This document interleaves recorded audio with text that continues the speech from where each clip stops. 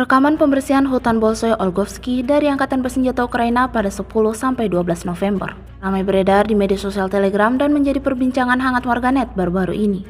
Personil militer dari Detasemen Penyerangan melanjutkan pembebasan sistematis wilayah Kursk dari kehadiran musuh. Kerja tim dilakukan mencari dan menghancurkan target. Tujuan utamanya adalah untuk mengganggu rotasi dan mencegah evakuasi militer Ukraina, melumpuhkannya dan likuidasi selanjutnya. Hingga video ini beredar, beragam respon diberikan warganet.